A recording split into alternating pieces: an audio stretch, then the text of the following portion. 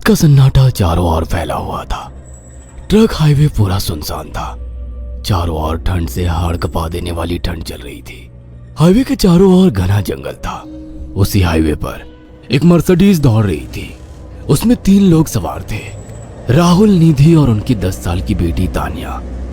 राहुल अपने दोस्त सैफ के घर ईद की पार्टी में शामिल होने के लिए गया था और पार्टी करके घर लौट रहा था। निधि ने मुस्कुराकर ड्राइव करते हुए राहुल से कहा, कुछ भी कहो राहुल, आज तो ईद की पार्टी में मजा आ गया।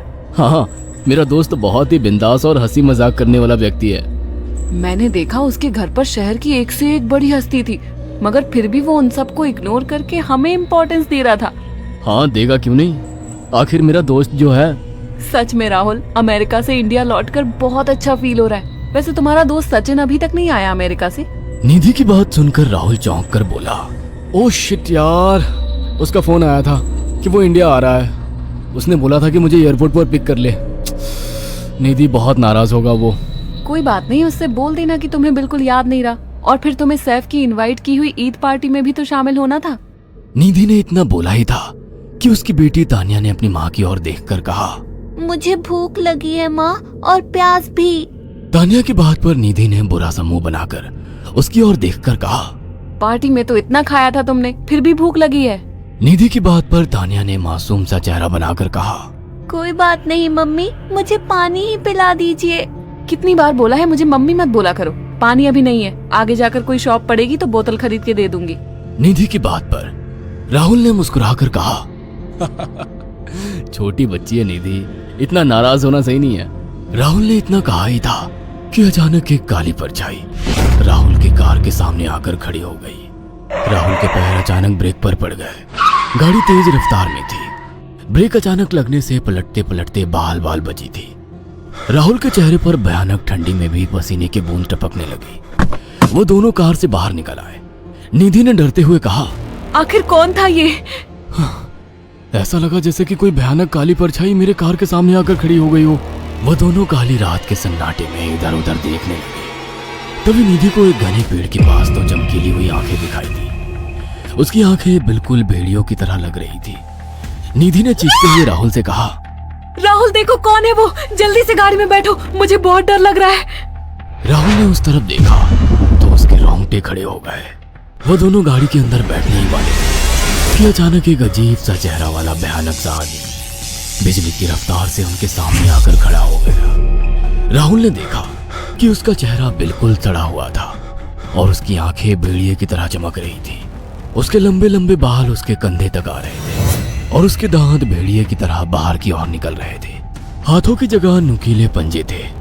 राहुल को देखकर अजीब से अंदाज में हंसने लगा, मगर जैसे ही राहुल की नजर उसके कपड़ों पर गई, राहुल की आंखें फटी की फटी रह गई। वो हकलाते हुए बोला, भाईजान, भाईजान, मुझे माफ कर दो, मुझे छोड़ दो।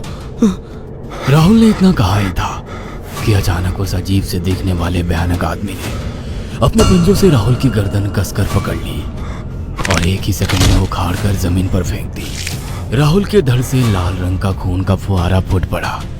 इस भयानक मंजर को देखकर निधि के गले से एक जोरदार चीख निकल गई। निधि इससे पहले भागती कि अचानक उस भयानक दिखने वाले आदमी ने निधि को पकड़ लिया और अपने नुकीले पंजे उसके पेट में गड़ा दिए और उसकी अतड़ियां बाहर निकाल दी। निधि की एक दिल दहला देने वाली चीख सन्नाटे को चीर गई। अचानक हवा का एक बवंडर उठा और वो भयानक सा दिखने वाला व्यक्ति देखते ही देखते बवंडर के साथ गायब हो गया। तानिया ने डरते डरते निधि के मोबाइल से पुलिस और सैफ को बुला लिया और कुछ ही देर में वहां चारों ओर पुलिस की गाड़ियां थी। पुलिस ने राहुल के दोनों दोस्त सैफ और सचिन को वहीं बुला लिया। इंस्पेक्टर अर्जुन ने दोनों से कहा, मैंने ऐसी हत्याएं अपने करियर में कभी पहले नहीं देखी। ये काम तो ना किसी जानवर का लगता है, ना ही किसी इंसान का। सचिन कपकपाती हुई आवाज में बोला, आप कहना क्या चाहते हैं? कुछ कह नहीं सकता। जिस किसी ने भी इन दोनों को मारा है उससे एक बात तो साबित होती है कि वो इन दोनों से हद से ज्यादा नफरत करता था। अब सारी सच्चाई तो यह बच्ची ही बता सकती है। इतना बोलकर इंस्पेक्टर अर्जुन तानिया के पास चला गया, जो बेहद डरी हुई थी। तानिया ने आंखों देखी सारी घटना इंस्पेक्टर अर्जुन को बता दी। तानिया की बात सुनकर इंस्पेक्टर अर्जुन कंफ्यूज चेहरा लेकर मोबाइल पर किसी से बात करने लगे। सचिन इंस्पेक्टर के पास आ गया और सैफ भी डरता हुआ इंस्पेक्टर अर्जुन के पास आकर बोला, क्या हुआ इंस्पेक्टर? तानिया ने क्या बताया? उसने जो बताया वो काबिल यकीन नहीं है। उसकी बात पर किसी भी तरह से यकीन नहीं किया जा सकता। फिर भी कुछ तो बताया इंस्पेक्टर। हाँ, उस बच्ची के मुताबिक एक भूत ने निधि और राहुल को बड़ी बेदर्दी से मारा है। इंस्पेक्टर की बात सुनकर दोनों बुरी तरह से चौंक गए।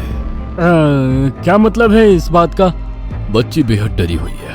हम आगे की तफ्तीश जारी रखेंगे। निधि और राहुल तो चले गए, अब तानिया को मैं रख लूंगा। नहीं नहीं, राहुल मेरा अच्छा दोस्त था। तानिया अब मेरे साथ रहेगी। देखिए, बच्ची के माँ बाप अब इस दुनिया में नहीं है और आप दोनों भी शादीशुदा है। मुझे नहीं लगता कि आप दोनों बच्ची की सही से देखभाल कर सकते हैं। मेरी कोई औलाद नहीं है। मैंने अपनी पत्नी को फोन कर दिया है, वो भी IPS ऑफिसर है। ये बच्ची आज से मेरे साथ रहेगी। उसका मासूम चेहरा मेरे दिल में उतर गया है। अब तुम दोनों जा सकते हो। पूछताछ के लिए मैं जब भी तुम्हें बुलाऊं तुम दोनों आ जाना। इंस्पेक्टर ने ये बात बोली ही थी कि अचानक वहां पर मौसम बदल गया। चारों ओर काली घटाएं छा गई और एक भयानक बवंडर उठा और देखते ही देखते सब पुलिस वालों के सामने वो भयानक चेहरे वाला आकार सबके सामने खड़ा हो गया। उसको देखकर सबके रोंगटे खड़े हो गए। देखते ही देखते उसने अपने भयानक पंजे सैफ की आंखों में डालकर उसकी आंखें निकाल ली। सैफ ने चीखते हुए वहीं दम तोड़ दिया। उस भयानक आदमी को देखकर सचिन उसके पैरों पर गिर गया। तुम तो भाईजान से कपड़े पहने हो। मैं समझ गया, तुम भाईजान हो। मुझे माफ कर दो भाईजान, मुझे यहाँ से जाने दो। मैंने कुछ नहीं किया था। वो भयानक चेहरे वाला गुर्राते हुए बोला, बता इन सबको कि ये सब इतनी भयानक मौत क्यों मरे। सचिन दौड़ता हुआ इंस्पेक्टर अर्जुन के पास गया और बोला, मैं जानता हूँ इसने इन तीनों को क्यों मारा। इसका नाम भाईजान था। जब ये जिंदा था ये किसी का भाई किसी की जान था। बहुत साल पहले ये हम सबका बहुत अच्छा गहरा दोस्त और बिजनेस पार्टनर था। ये सबकी बहुत मदद किया करता था। इसकी प्यारी सी बेटी थी तानिया, जो इस वक्त कार के अंदर बैठी हुई है। ये इसी की बेटी है। भाईजान अपने सारे पैसों से एक बहुत बड़ा हॉस्पिटल खोलना चाहता था जिससे गरीबों का मुफ्त इलाज किया जा सके, मगर हम तीनों इसके लिए तैयार नहीं थे। हमारी नीयत उसकी दौलत पर खराब थी और एक दिन हम सब धोखे से ईद के दिन भाईजान को यहाँ ले आए और इसे मारकर फेंक दिया। तो फिर तुम सबने इसकी बेटी को क्यों जिंदा छोड़ दिया? हमें बाद में पता लगा कि भाईजान ने सारी जायदाद अपनी बेटी के नाम कर दी है, इसीलिए हमने भाईजान की पत्नी को भी मार दिया। और तानिया का तुम 18 साल की उम्र पूरी करने का इंतजार कर रहे थे ताकि सारी जायदाद अपने नाम करा सको और बाद में उसे भी ठिकाने लगा सको। इसी के लिए तुम दोनों इस मासूम बच्ची को अपने साथ रखने की जिद कर रहे थे। जी, आपने बिल्कुल सही कहा। हम तानिया को भी इसी जगह लाकर मार देते। सचिन की बात सुनकर इंस्पेक्टर अर्जुन की आंखों में खून उतर आया। इंस्पेक्टर अर्जुन के कुछ कहने से पहले ही भाईजान बिजली की रफ्तार से इंस्पेक्टर अर्जुन की आंखों के सामने से सचिन को पकड़कर ले गया और उसके शरीर के टुकड़े टुकड़े कर दिए और हवा में उठे एक तेज बवंडर के साथ गायब हो गया। सारी घटना इंस्पेक्टर अर्जुन की आंखों के सामने हुई थी। तानिया को इंस्पेक्टर अर्जुन और